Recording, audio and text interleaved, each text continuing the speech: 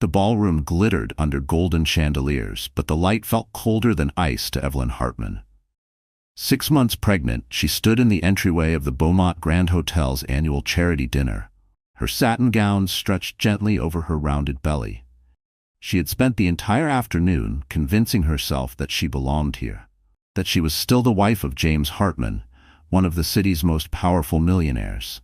From across the room she spotted him instantly.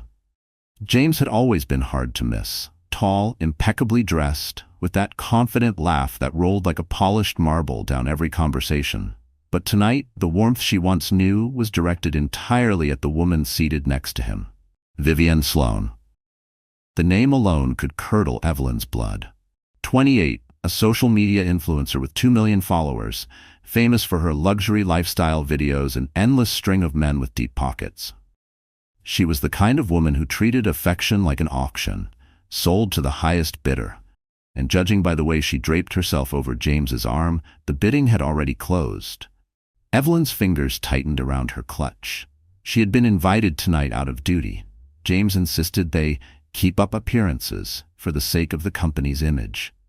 But judging by the vacant seat beside him, appearances weren't his priority. The maitre d' intercepted her at the door with a polite smile. "Mrs. Hartman, right this way." Heads turned as she passed. She could hear whispers, the way people in these circles never bothered to lower their voices. "That's his wife?" "She looks tired." "Well, pregnancy will do that."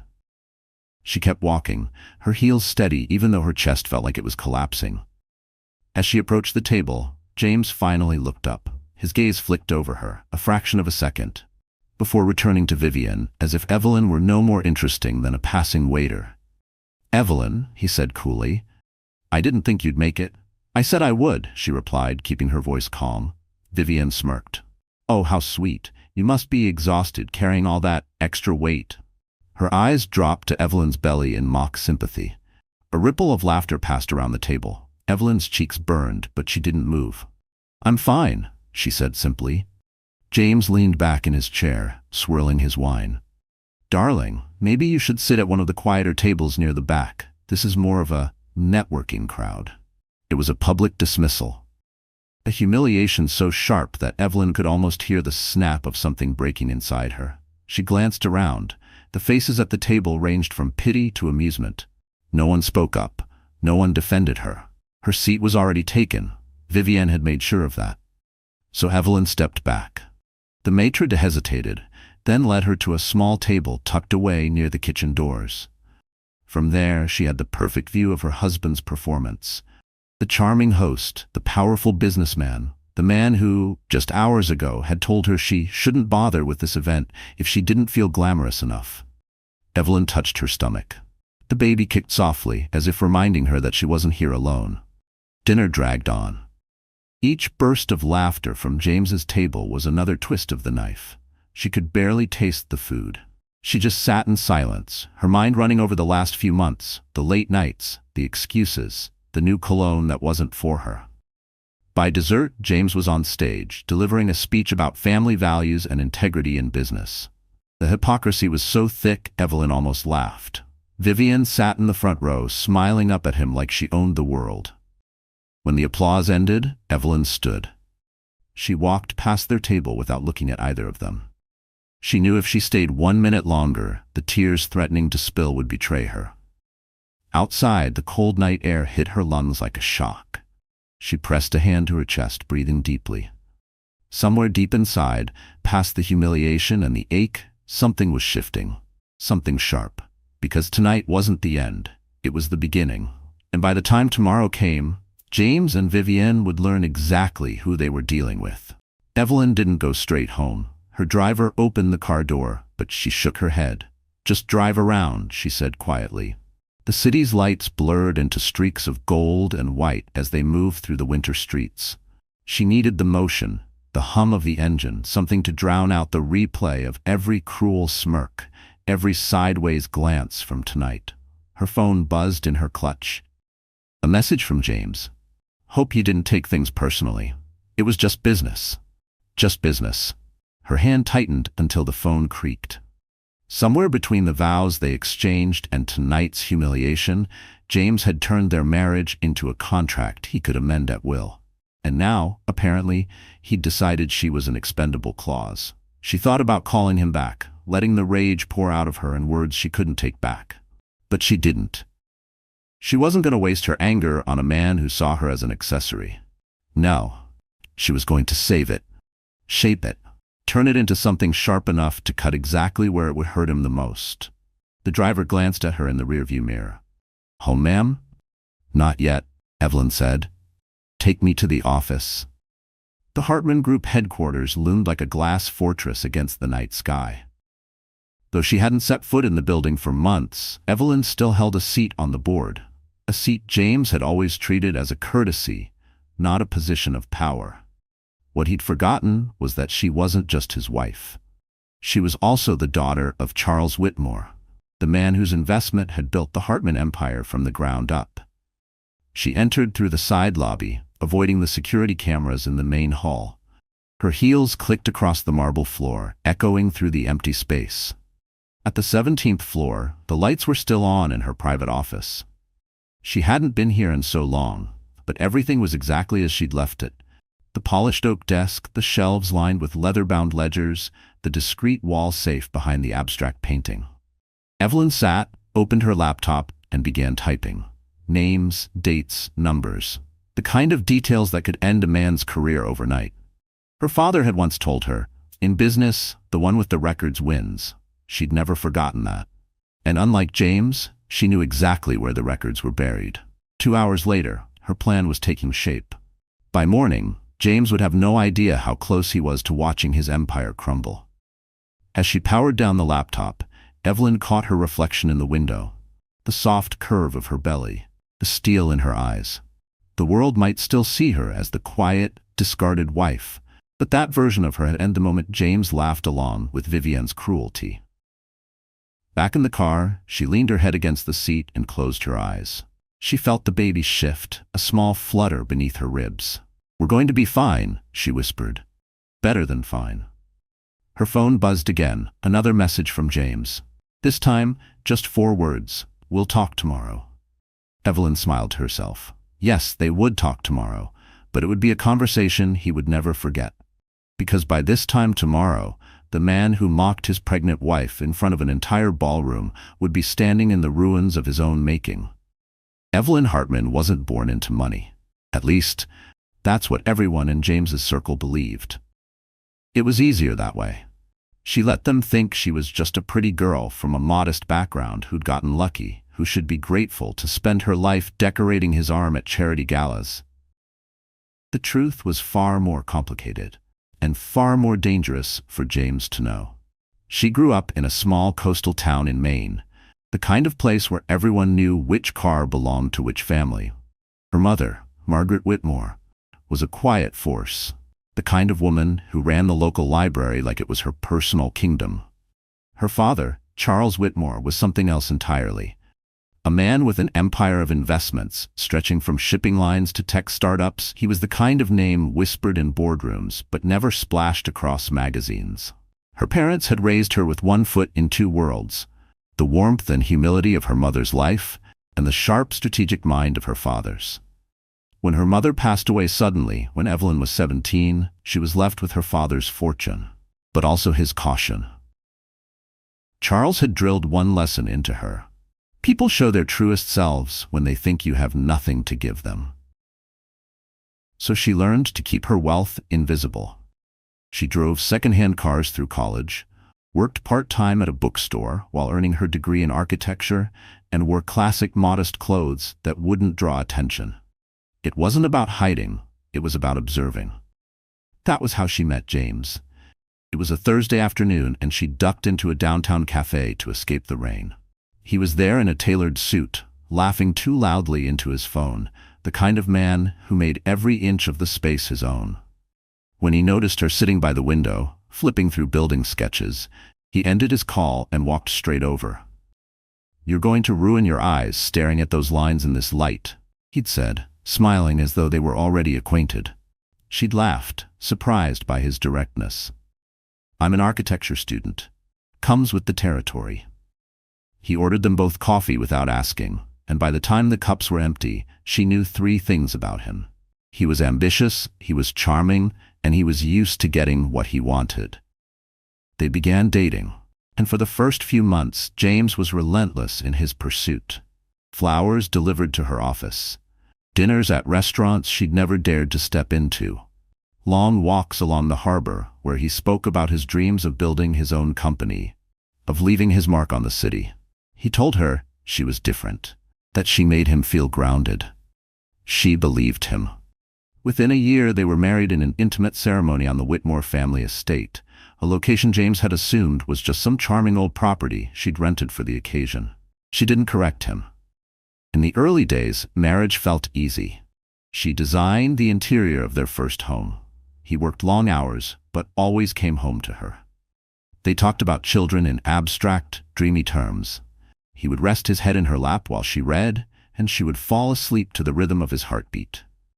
Then the cracks began to show. James's first big deal brought in more money than either of them had seen before, and with it came a new circle of people: investors, developers, influencers, people who thrived on appearances. He started dressing sharper, talking faster, dropping names like currency. At first, she admired his drive, but slowly she began to notice how he would hesitate to introduce her to certain people, how his hand would loosen from hers at the edge of a conversation, how he'd say, "My wife," in a tone that was both possessive and dismissive. He didn't know, and she didn't tell him, that she could have bought and sold his entire company twice over. She didn't want that to be the foundation of their marriage. She wanted him to love her for her. But the night at the Beaumont Grand Hotel changed something. As she sat in her car after the gala, replaying every insult, she thought about the girl from Maine who had learned to keep her power hidden. She realized James had never met the real Evelyn, and maybe it was time he did. Because the woman he thought he could humiliate in public wasn't just a wife. She was the heir to a legacy that could destroy him before breakfast. Evelyn had never been the type to chase attention. She preferred to stand at the edges of rooms, observing, letting others underestimate her. That was her greatest advantage. People showed their cards when they thought she had none. Her friends from the architecture world knew her as quiet but fiercely capable. In her final year at university, she had won a National Design Award for a sustainable housing project, one that caught the eye of several prominent developers. She had turned down offers with salaries that could have set her up for life, choosing instead to work on small, meaningful projects. She wanted to build things that lasted, not just in concrete and steel, but in the lives they touched. James never really understood that part of her. To him, success was measured in dollar signs and headlines. She remembered once showing him the blueprints for a community library she'd been commissioned to design pro bono. He'd smiled politely, kissed her forehead, and said, "That's cute, babe, but imagine what you could do if you charged what you're worth." She'd swallowed her frustration, telling herself they just had different measures of value. What James didn't know was that her father's will had been explicit.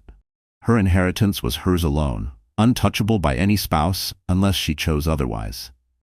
The assets were scattered across trusts, shell companies, and holdings so complex that even the most determined investigator would take years to piece them together.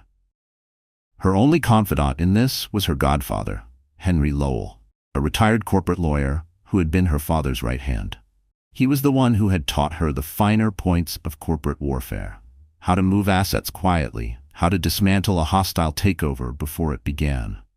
Evelyn had listened, learned, and stored every lesson away like ammunition. Over the years, she had quietly funded scholarships, women's shelters, and small businesses in struggling neighborhoods, all under the guise of anonymous donations. Power, she believed, wasn't in flaunting wealth. It was in using it without needing recognition. And yet, for all her quiet strength, she had a blind spot: love.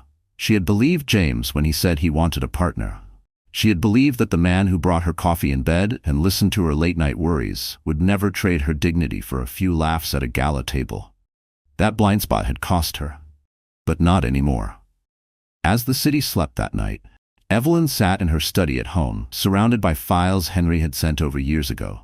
Each document was a reminder of the leverage she held and the choice she now faced. She could walk away, take her fortune, and disappear into a quieter life. Or she could do what her father would have done: play the long game and win. Her phone lit up with a message from Henry, time-stamped 2:17 a.m. "He's crossed the line. Call me in the morning. We'll start." Evelyn leaned back in her chair, her hand resting on her belly. The baby shifted, as if agreeing with the unspoken decision forming in her mind. Tomorrow, the world would still see her as James Hartman's pregnant wife. But soon enough, they would see her as something else entirely. The woman who could take everything from him and still sleep soundly at night. The Hartman Group headquarters was more than just an office building. It was James Hartman's stage. Rising 40 floors above the city's financial district, the glass and steel structure reflected the skyline like a mirror, a monument to ambition and ego. From the outside, it gleamed with success. On the inside, it thrummed with the relentless energy of a company that lived and died by the next deal. Evelyn had rarely been part of that inner machinery. James liked it that way. He'd once joked at a cocktail party, "My wife's the creative one. I'm the one who deals with the sharks." What the guests didn't know was that Evelyn could swim with sharks better than most men in the room. She just chose not to. Now, walking through the marble-floored lobby the morning after the gala, she could feel the weight of eyes on her. Word traveled fast in this building, and last night's humiliation had already made its rounds. 2 junior assistants stopped talking as she passed. A senior executive gave her a polite but tight smile, the kind that said, "I know, but I'm not getting involved." She stepped into the private elevator, swiped a keycard James didn't know she had, and rode it straight to the top floor. The doors opened to his corner office, all panoramic windows, gleaming mahogany, and the faint scent of expensive cigars. James wasn't there. He was across town at a breakfast meeting with a potential investor. Perfect. Evelyn moved through the office like she belonged, because she did. She stopped at the wall of framed magazine covers featuring James's face, each headline a variation of the visionary behind Hartman Group. She wondered how many of those visions had been paid for, in part, by the Whitmore investment he pretended didn't exist. On his desk, the day's schedule lay open: meetings, calls, and at noon, lunch with Vivienne Sloan at the Four Seasons. Evelyn's jaw tightened. The ink was still fresh on her humiliation, and he was parading Vivienne around like a prize he'd won. She sat in his chair, not to imagine herself in his place, but to remember she'd been part of building all of this. When James had his first big opportunity, it was Evelyn who'd connected him to her father's old contact in Singapore. It was her quiet introduction to a venture capitalist friend that had sealed the funding for their flagship project. But those details had long been buried under James's carefully crafted narrative of self-made success. Her phone buzzed. It was Henry. "Top floor?" he asked without greeting. "Yes," she said, glancing at the closed door. "Good. Check the bottom right drawer of his desk." She pulled it open. Inside was a leather-bound folder marked confidential. Contracts, side agreements, and something else. A set of unsigned partnership papers that would give Vivienne Sloan a stake in one of Hartman Group's most lucrative developments. Evelyn's stomach turned. "Looks like he's planning to make her more than just arm candy," Henry said when she described it. Evelyn closed the folder carefully. "Not if I move first." She spent the next hour photographing documents, sending encrypted copies to Henry's secure server. With every page, she felt the balance shift a little more in her favor. James might control the narrative, but she controlled the evidence. By the time she left the building, the city was fully awake. Taxis honking, vendors shouting, the hum of business as usual. For everyone else, it was just another day. For Evelyn, it was the start of something far bigger. And by lunchtime, she planned to be at the same restaurant as James and Vivienne. Not by accident, but by design. From the Hartman Group's tower, Evelyn's car took her through the city's beating heart. Past the polished storefronts of Fifth Avenue, the quiet wealth of Park Lane, and the seedier edges of Midtown, where construction cranes rose like skeletal fingers. She saw the contrast everywhere. The world James loved to flaunt, and the one she preferred to move through unseen. Her next stop wasn't home. It was a discreet members-only cafe tucked behind a florist's shop. The scent of roses hit her the moment she stepped through the front, but the real business happened in the private booths at the back. It was here that her father had once held quiet meetings with people who preferred their power to be invisible. Henry was already there, nursing an espresso. His white hair and sharp suit made him look more like a senator than a retired lawyer. "You found the papers?" he asked as she slid into the booth. "I did, and they're worse than I thought," Evelyn said, pulling out her phone to show him the photos. Henry scrolled through them, his brow furrowing. Vivienne Sloan holding equity in a prime waterfront project? That's not just vanity, that's a setup for her to have long-term leverage over the company. Evelyn nodded. "If I stop that deal, I cut her out before she even gets her foot in the door." Henry leaned back, studying her. "And James?" Her jaw tightened. "James will be exactly where he put me last night, at the back table, watching while someone else takes his place." They discussed logistics, the timing, the people to approach quietly, the subtle ways to stall a deal without leaving fingerprints. Evelyn knew how these games were played, she just hadn't played them in years. But the muscle memory was still there. When they finished, Henry gave her a long look. "You're sure you're ready for this? Once you start, you don't get to stop halfway." Evelyn met his gaze steadily. "I'm ready." Leaving the cafe, she stepped into the sharp winter sunlight.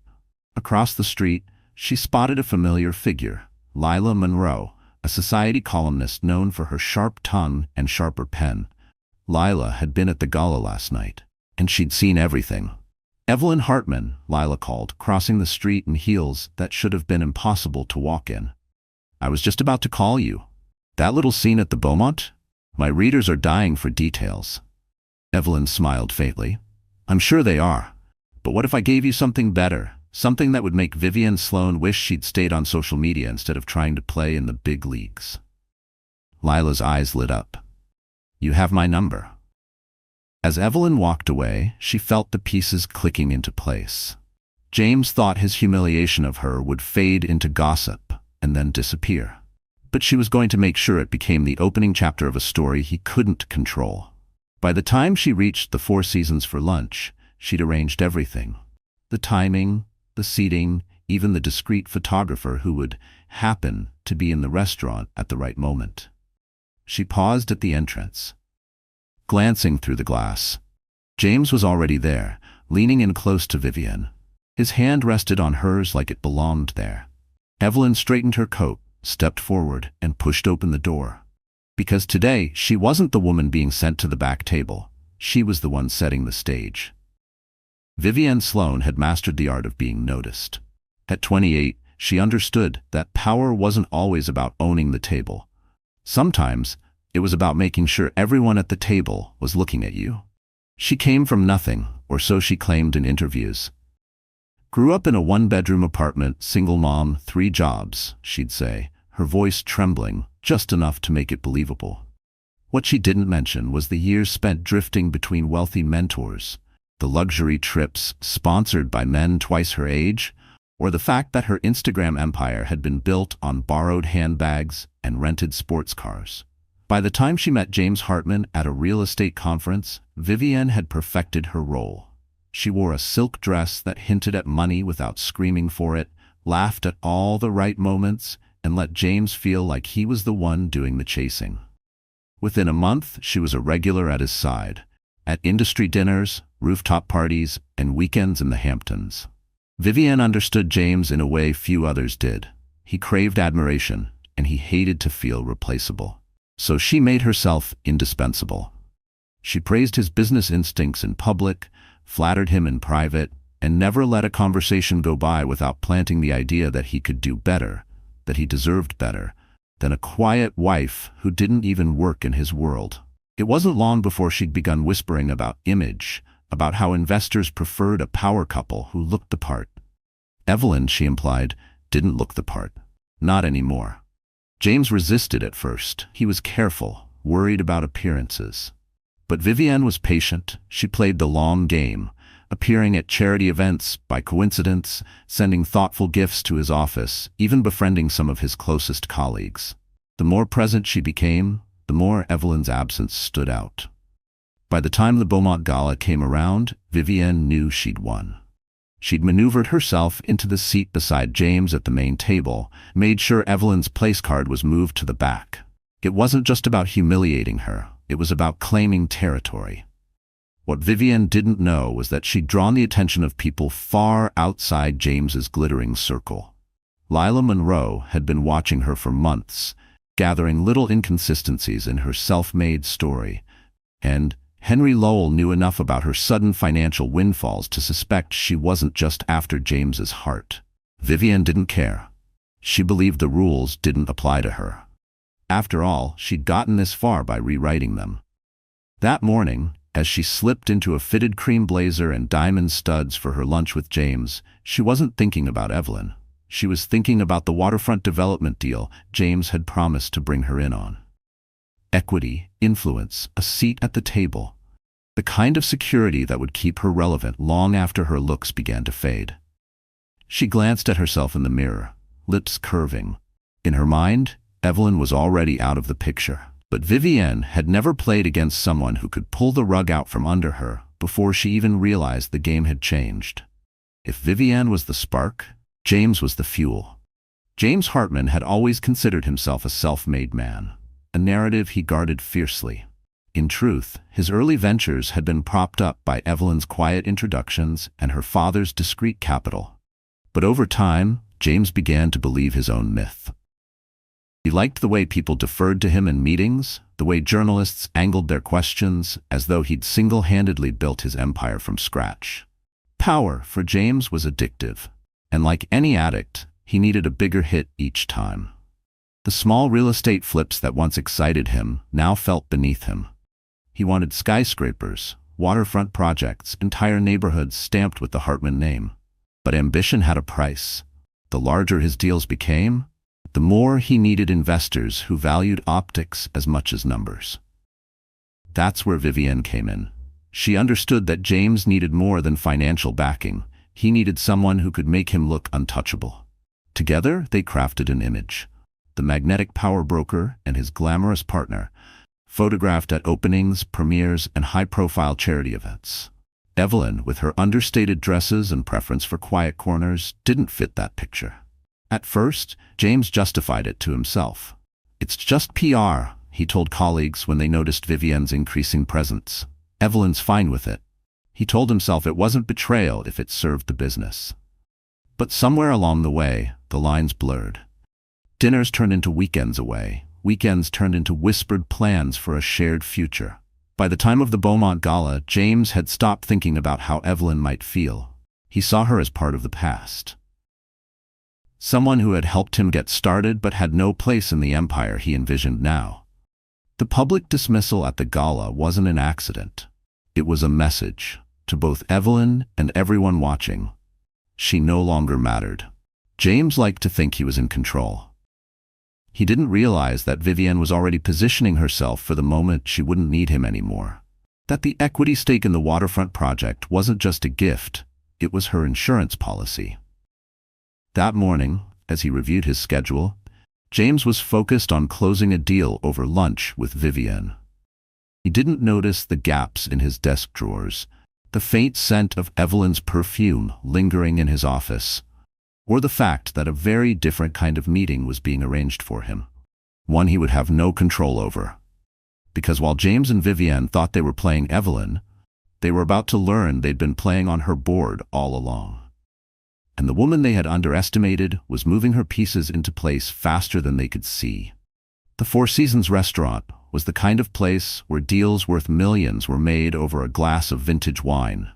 Private booths lined the walls, but the real theater happened in the open, where the city's power players could see and be seen. Evelyn knew this when she walked in.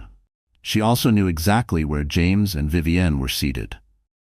The corner table near the main window, a spot chosen for visibility as much as privacy. She didn't march straight over. Instead, she greeted the matinee like an old friend, slipping him a folded bill and murmuring something in his ear. Within seconds, she was being escorted to a table 2 spots away from theirs, close enough to hear their voices without straining. James looked up briefly, his smile faltering when he saw her. Vivienne turned, her perfectly painted lips curving in a small, satisfied smirk. Evelyn didn't acknowledge them. She ordered tea, opened her leather-bound planner, and began to write notes as though she had all the time in the world. But under the table, her phone was already sending a message to Lila Monroe. Now, across the room, a discreet photographer raised his camera. The first shots were of James and Vivienne, leaning close, laughing over shared plates. Then came the next set, James glancing nervously toward Evelyn, Vivienne looking suddenly less comfortable, the three of them caught in the same frame. The maître d' returned, whispering something to Evelyn.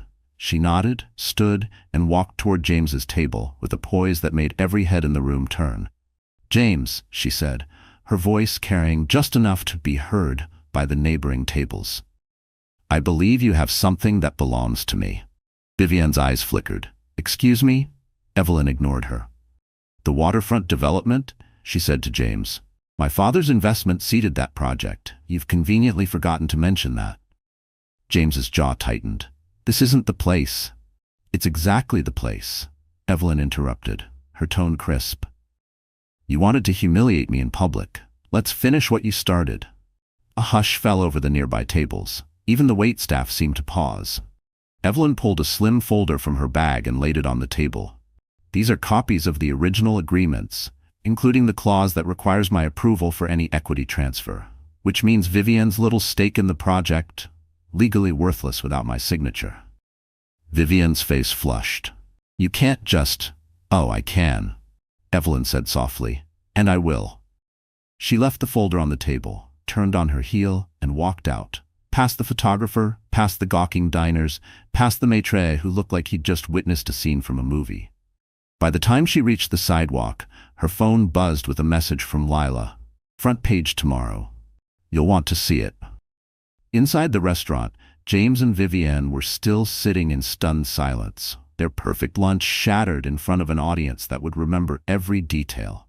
The fallout began before Evelyn even made it home.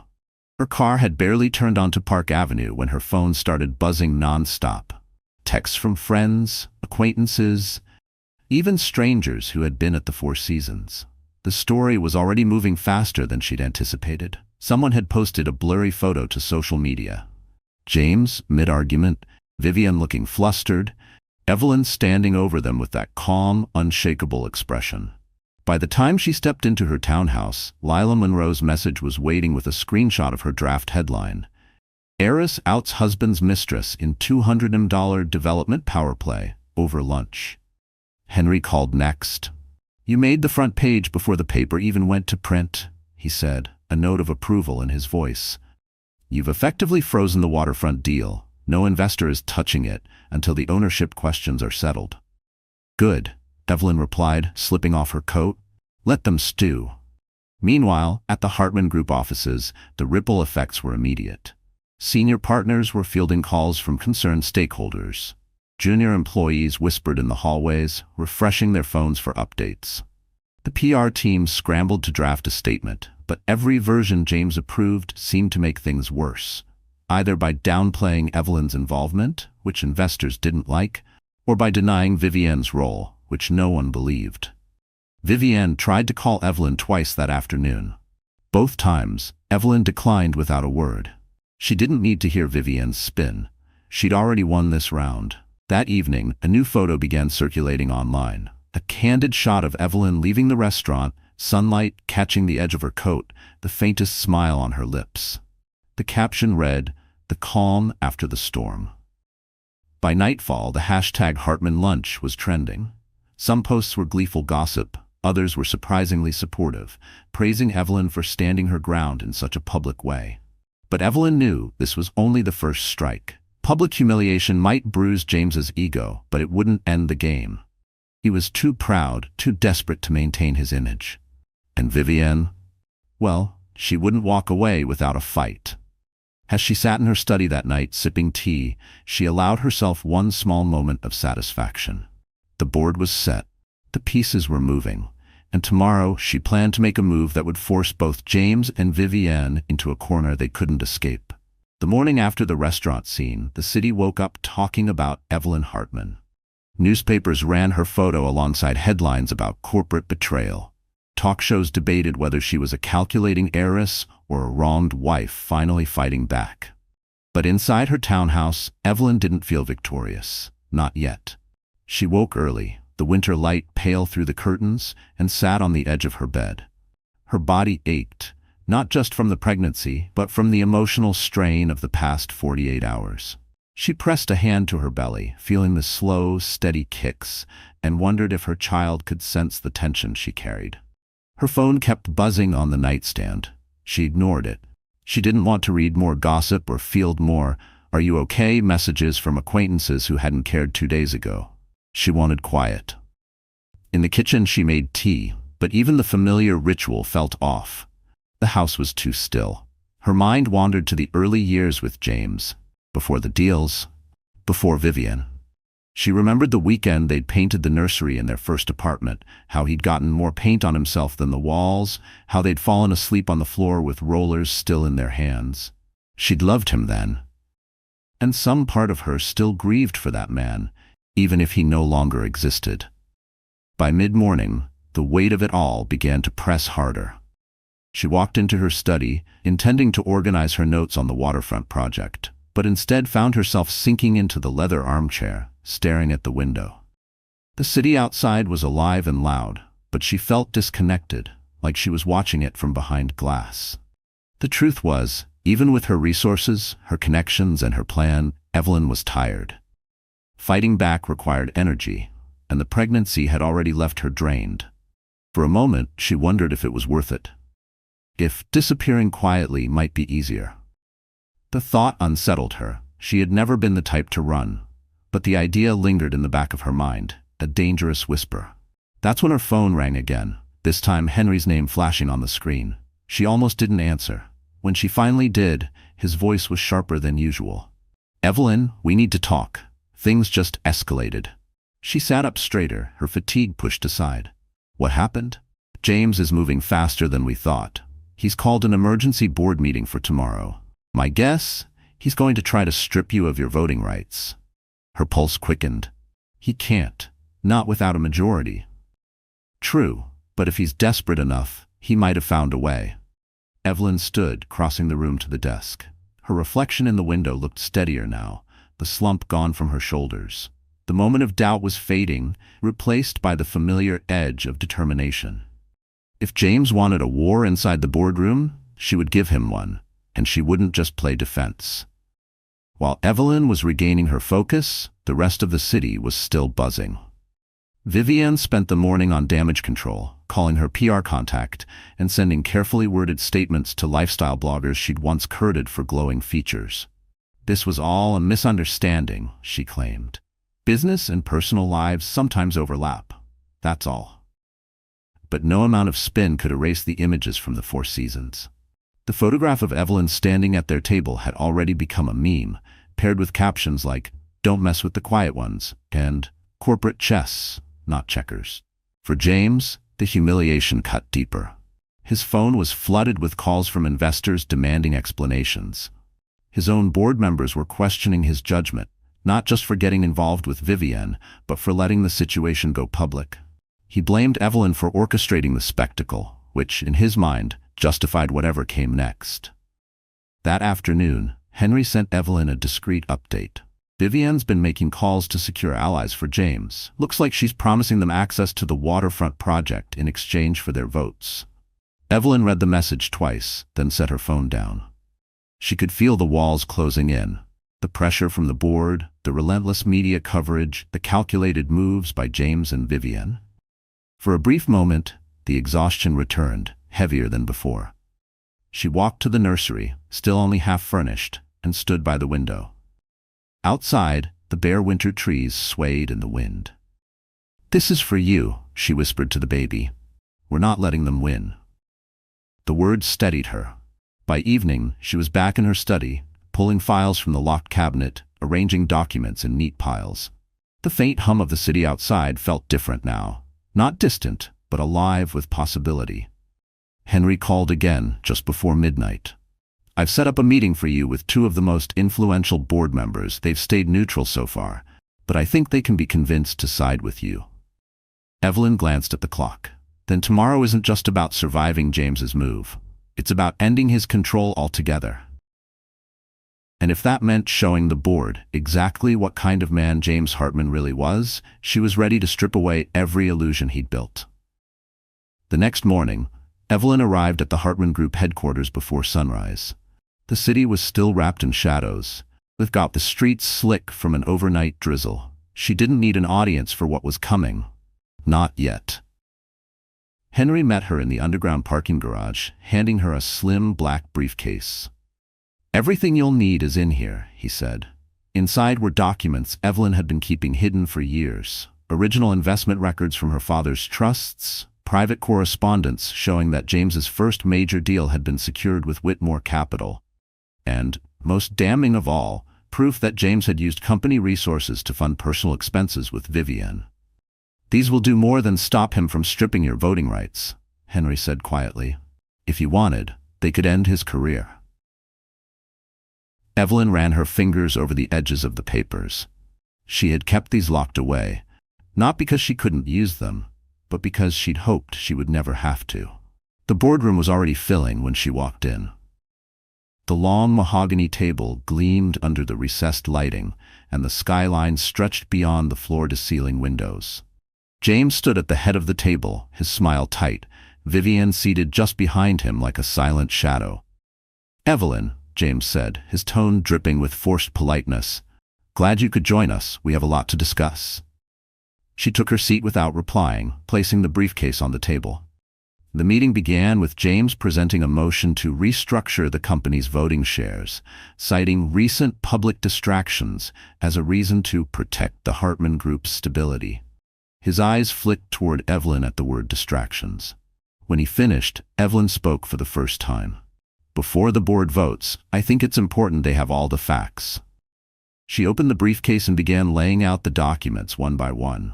The room went silent as she explained each piece. The seed capital from the Whitmore Trust that had launched James's first project, the contractual clauses giving her approval rights over major developments, and finally, the expense reports linking company funds to luxury trips with Vivienne. Vivienne shifted in her seat. James's jaw clenched.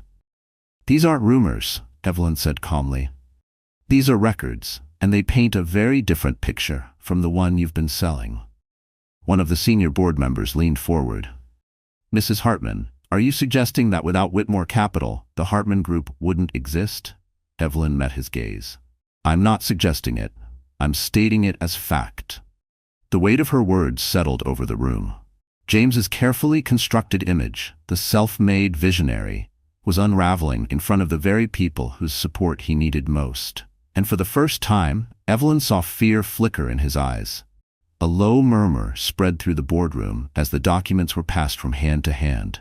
The senior members took their time, reading each page, their expressions shifting from curiosity to unease. James tried to recover. "This is a gross misinterpretation. It's a record," Evelyn cut in smoothly. "And as you all know, the Whitmore Trust still holds 28% of the company's voting shares. My shares. Which means any attempt to restructure without my consent is not just unethical, it's illegal." Henry, seated at the far end of the table as her advisor, spoke up for the first time. "And if these expenditures involving Miss Sloan were ever to be examined by the SEC, we'd be discussing more than just corporate governance. We'd be discussing criminal liability." Vivienne's composure cracked. She leaned toward James, whispering urgently, but her voice carried just enough for Evelyn to catch. "You said she didn't have proof." Evelyn allowed herself the smallest of smiles. "You underestimated me, Vivienne. Both of you did." One of the longest-serving board members cleared his throat.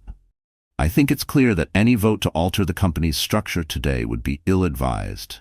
My recommendation is that we table this discussion until the outstanding issues are resolved." The motion to postpone passed unanimously. James's attempt to strip Evelyn's voting rights was dead before it left the ground. But Evelyn wasn't done. She stood, gathering her papers. "One more thing. I'll be reviewing all major projects initiated in the last 18 months. If I find evidence of misconduct, I won't hesitate to take it to the authorities." The message was clear. The balance of power had shifted. As the board members filed out, Vivienne rose abruptly, her heels clicking against the polished floor. "This isn't over," she hissed, low enough that only Evelyn could hear. Evelyn didn't flinch. "Oh, I know," she replied. "But now we're playing my game." Henry fell into step beside her as they left the room. "You realize you just set off a chain reaction," he murmured. "That's the idea," Evelyn said, her voice steady. Because this was no longer about defending herself. It was about taking back everything James thought he could steal. For the first time in months, Evelyn felt the air in her lungs expand without resistance. The boardroom battle had been a turning point, not just in the company, but in herself. She didn't go home after the meeting. Instead, she headed to a quiet brownstone in Soho that had been converted into a private atelier. Inside, rows of gowns hung like pieces of art, and the faint scent of jasmine filled the air. The designer, a longtime family friend named Celeste, looked up from a work table. "Evelyn," she said warmly, "I was wondering when you'd call." "I need something," Evelyn said, her voice low but certain. "Something that makes a statement without me saying a word." Celeste smiled knowingly. "Ah, you're ready." For hours, they worked together, selecting fabrics, choosing silhouettes, tailoring every detail. The dress they settled on was a deep emerald silk that seemed to shift shades under the light, with a cut that balanced elegance and quiet authority. It wasn't about being provocative. It was about being undeniable. When Evelyn left the atelier, the dress was carefully packaged along with a matching coat and heels. She had a specific event in mind, the annual winter charity ball, an evening packed with New York's most influential names, and one James would never miss. Back at her townhouse, she called Lila Monroe. "You'll be at the ball?" Lila's laugh was all the answer she needed. "Front row, darling, and I'll make sure the right cameras are watching." That evening, she met Henry in her study to finalize the next steps. They went over acquisition strategies for several smaller firms James had been eyeing, companies that could shift the Hartman Group's leverage if they aligned with Evelyn instead. She wasn't just holding her ground anymore, she was expanding it. Before Henry left, he glanced at the garment bag hanging by the door. "You're going to cause a stir," he said. "That's the point," Evelyn replied, a faint smile on her lips. Because when she walked into that ballroom, she wasn't going to be the woman James had tried to humiliate. She was going to be the woman he could never reach again. The night of the winter charity ball arrived with a thin veil of snow over the city.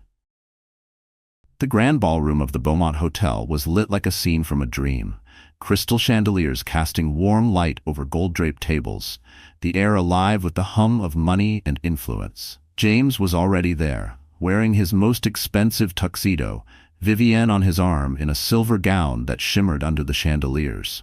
They moved through the crowd like they owned the room, greeting old allies, smiling for the photographers. That illusion shattered the moment Evelyn walked in. Conversations paused mid-sentence, heads turned.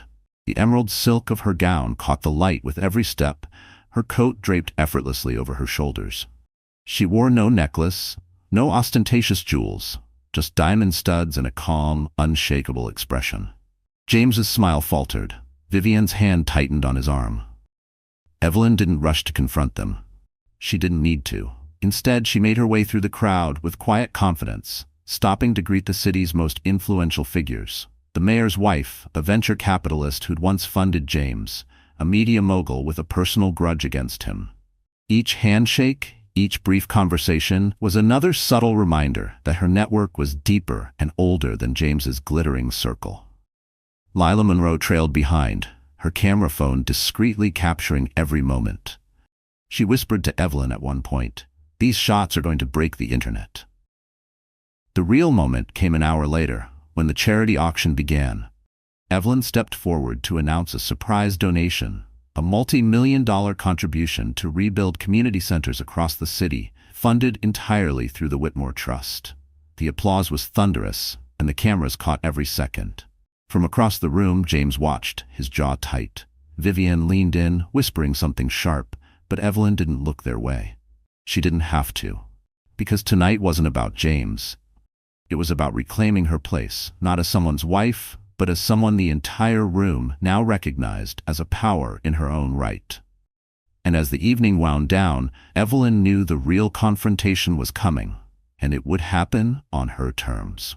2 days after the winter charity ball, the Hartman Group held its quarterly investor meeting at the Plaza Grand Hall. It was meant to be a polished display of growth and ambition, a chance for James to prove the company was still strong after the public drama. Instead, it became the stage for Evelyn's final move. She arrived not through the main entrance, but via the side corridor that led directly to the stage area. Henry was already waiting with a folder of carefully prepared documents and a single flash drive. "Once this starts," Henry warned, "there's no walking it back." Evelyn's expression was calm. "I'm not here to walk anything back." The meeting began with James taking the podium, his voice smooth as he presented graphs, projections, and carefully worded reassurances. Vivian sat in the front row, perfectly composed, projecting the image of a supportive partner. Then came the Q&A session. A hand went up from the middle of the audience, Lila Monroe, who had wrangled her way in with a press badge. "Mr. Hartman, could you comment on reports that company funds were used for personal travel unrelated to Hartman Group business?" A ripple of murmurs swept through the crowd. James froze for half a second before recovering. "Those allegations are baseless." "That's interesting," Evelyn's voice cut through the air, clear and steady from the back of the room. Every head turned as she stepped forward, heels clicking against the polished floor. She carried the folder and the flash drive, moving to the podium without asking permission. "I believe the investors deserve the full picture," she said, slotting the flash drive into the presentation system. The screen behind her flickered, then filled with scanned documents, expense reports, travel itineraries, and images tying James directly to unauthorized spending. Gasps filled the hall. "These are verified records," Evelyn continued. "They show not only misuse of company funds, but deliberate concealment of those transactions. As majority shareholder through the Whitmore Trust, I am initiating a formal motion for James Hartman's removal as CEO, effective immediately."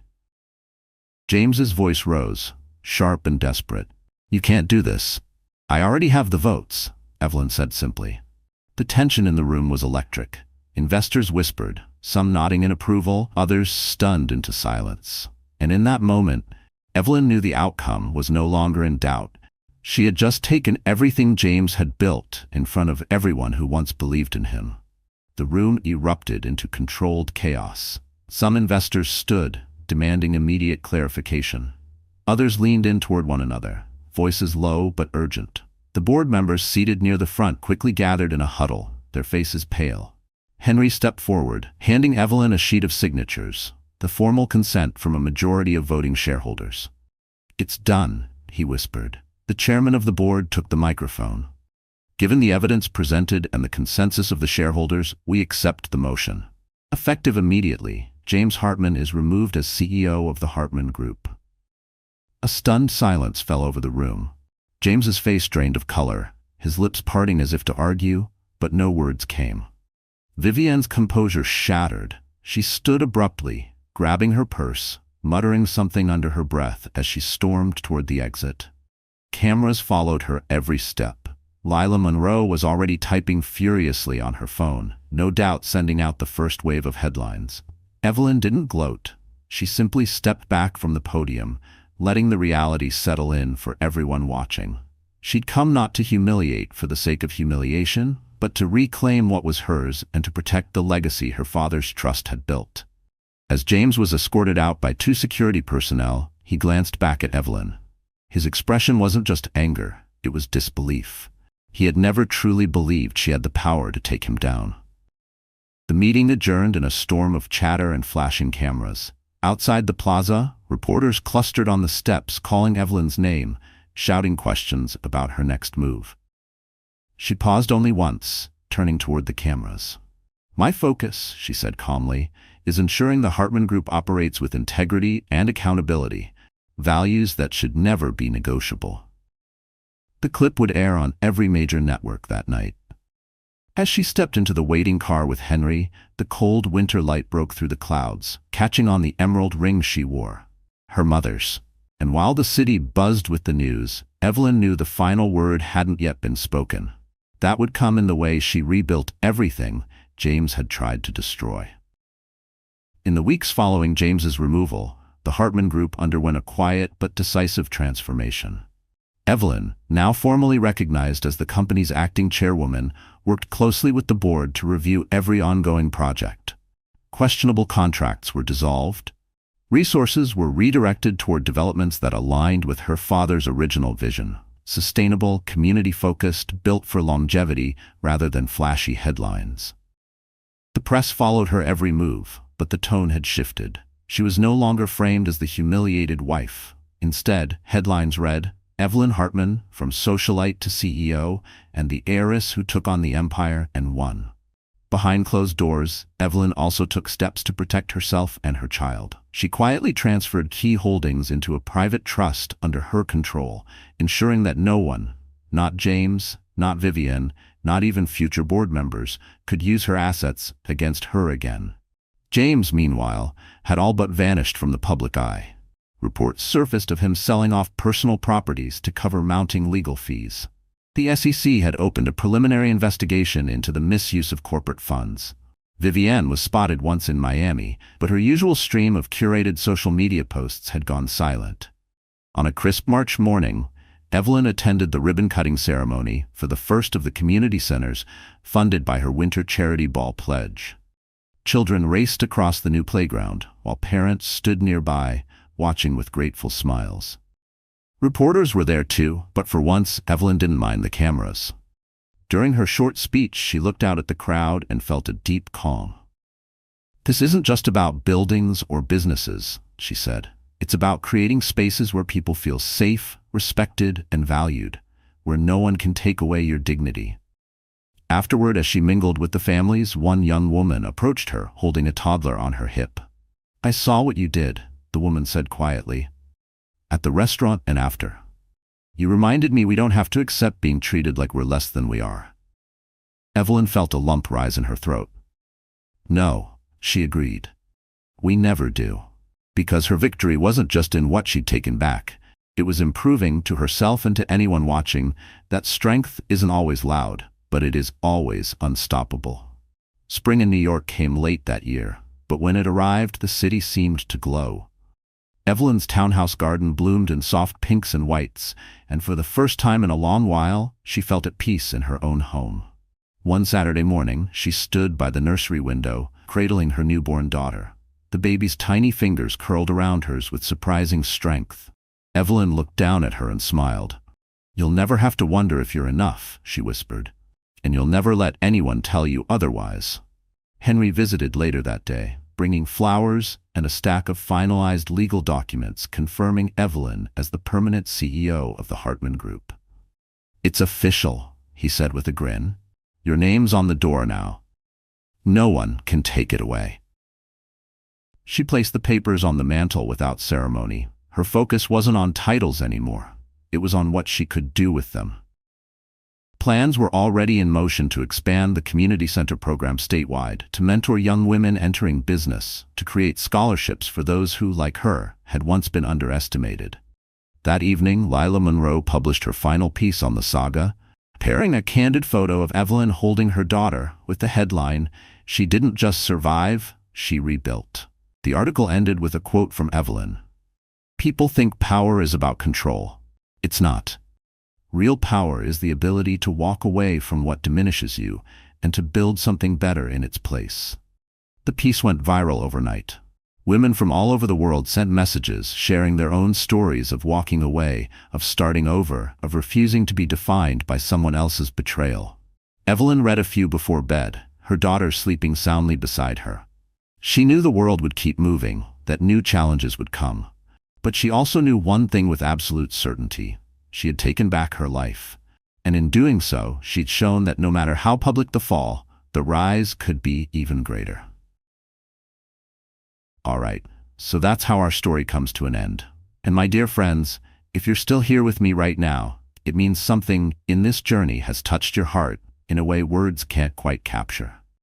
Maybe it's Evelyn's courage, maybe it's the way she rebuilt her life after the storm, or maybe it's the quiet reminder that no matter how far we fall, we can always rise again. The Stoics used to say, you have power over your mind, not outside events. Realize this, and you will find strength. Evelyn's story is living proof of that. She couldn't control James's betrayal or the public humiliation, but she mastered her own response. She didn't let anger consume her, nor did she let fear dictate her choices. Instead, she chose clarity, dignity, and action. And isn't that what life so often demands from us? To face the moments we never asked for, and still decide who we will be in them. Marcus Aurelius once wrote, "The best revenge is not to be like your enemy." Evelyn didn't just defeat James, she rose above him, turning her pain into purpose, her scars into strength. Maybe you're going through your own version of that story right now. Maybe you've been underestimated, hurt, or left behind. Let this be your reminder. You are allowed to start over. You are allowed to protect your peace. And you are allowed to create a life so good it silences every doubt ever thrown at you. If this story has stirred something in you, a little spark of courage, a little more belief in your own strength, then don't keep it to yourself. Like this video, share it with someone who might need to hear it tonight. And subscribe so we can keep walking through these powerful journeys together. Because here, in this space, we don't just tell stories. We find pieces of ourselves in them, and we rise.